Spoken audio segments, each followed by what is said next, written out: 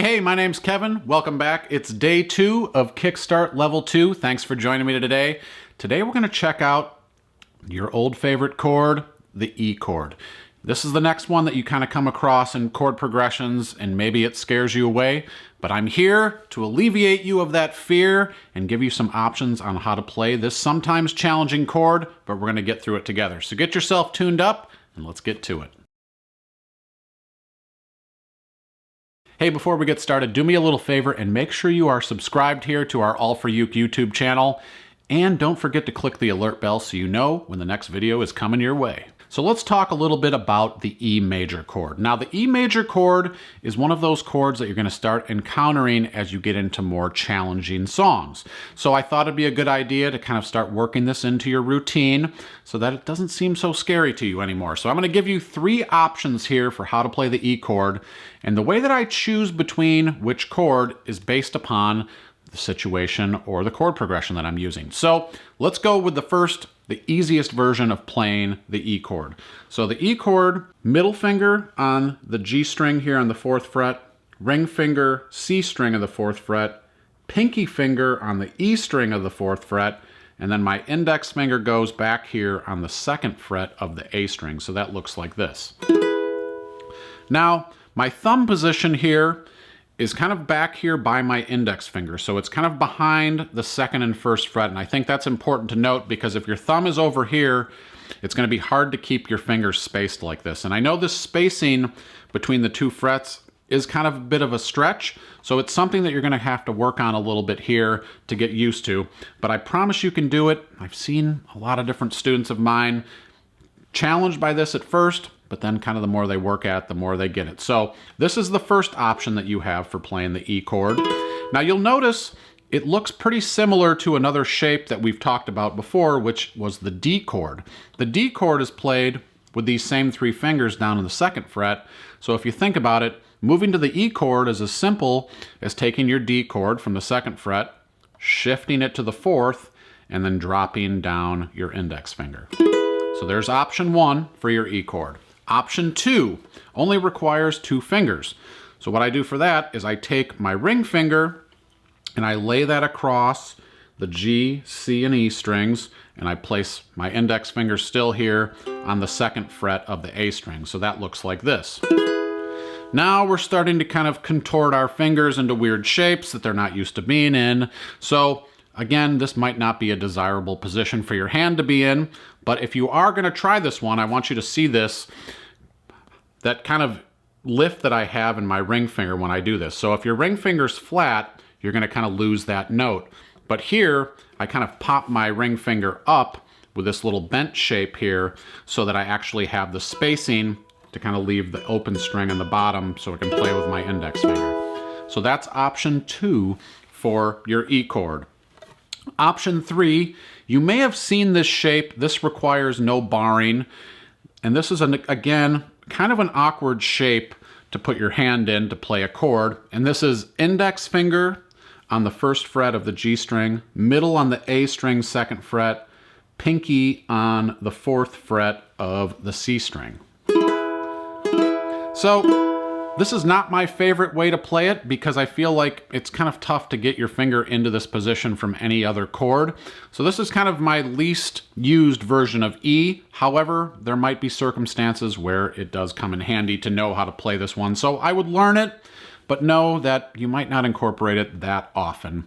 All right, so let's take this E chord now and put it with a couple of other chords within the key so we can kind of start learning how to put this into a progression. So the chords that we're going to use here for this little sequence are A major, which is middle finger on the G string 2nd fret, index on the C string of the 1st fret.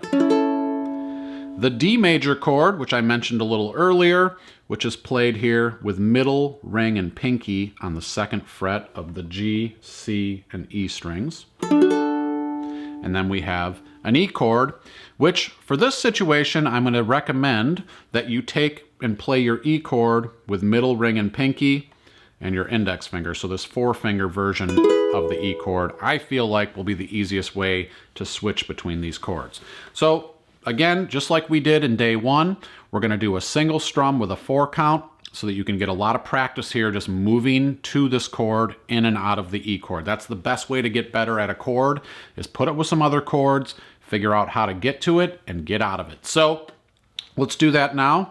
The chord progression will go A, D, and then slide this whole thing over here to the 4th for your E chord, and then slide it back for the D chord. So we'll do that. 4 count in between. I'll count us, lead us, encourage us, and keep us having fun here. So here we go. 1, 2, 3, 4. 1, 2, 3, 4. D, 2, 3, 4.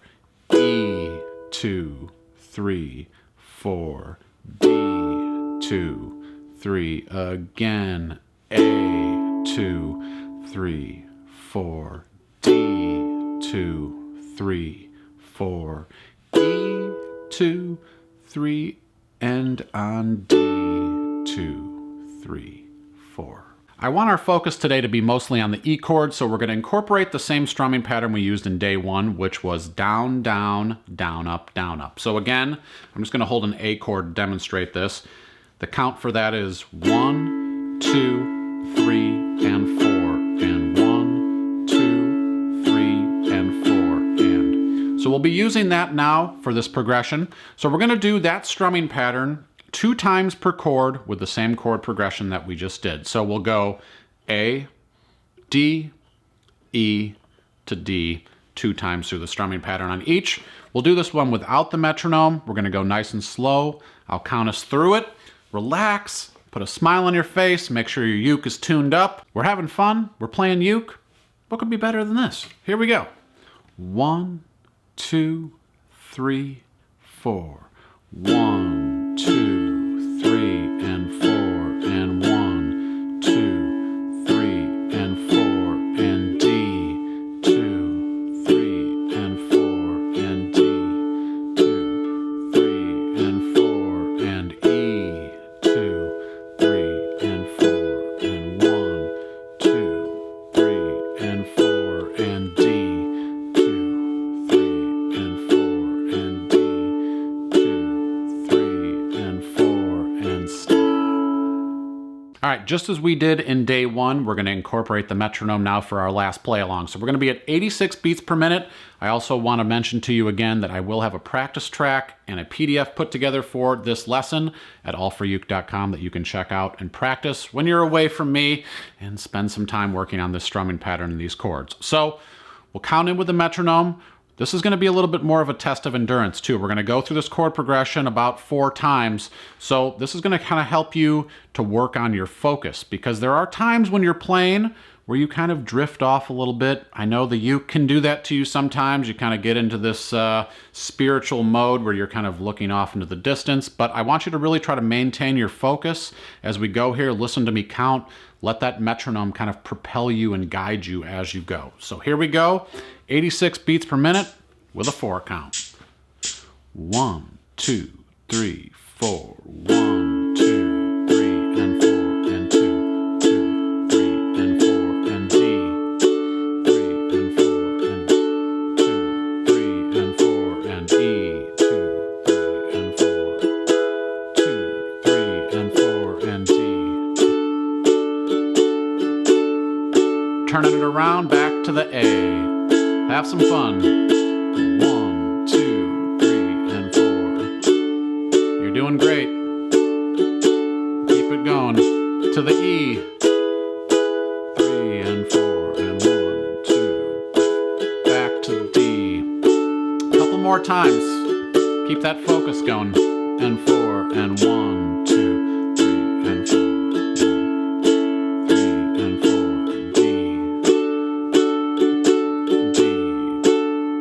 To the E, 3 and 4 and 1, 2, 3 and 1. One more time, let's bring it home. Back to the A chord. 1, 2, 3, and make it your best one yet. 2, 3 and 4.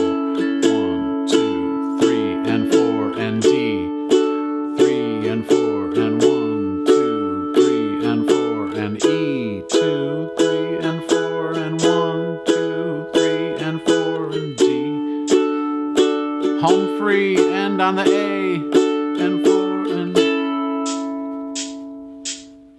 Well, I really appreciate you joining me here for day 2, and more importantly, I hope that you're feeling more confident with the E chord. Spend some time with it, work with it, and I challenge you to choose a song with an E chord to force yourself to really learn how to put this into chord progressions, and maybe spend some time with the metronome, work on these exercises. They're here for you to really get some time to play with somebody else, and that's what I want you to do. I want to encourage you and make you feel more confident in your playing. So, last thing I want to mention here is I have a practice worksheet for this today that you can get at allforuke.com, as well as some practice tracks, which are pre-recorded tracks with a metronome that you can play along with and work on these chord progressions and really build your confidence level.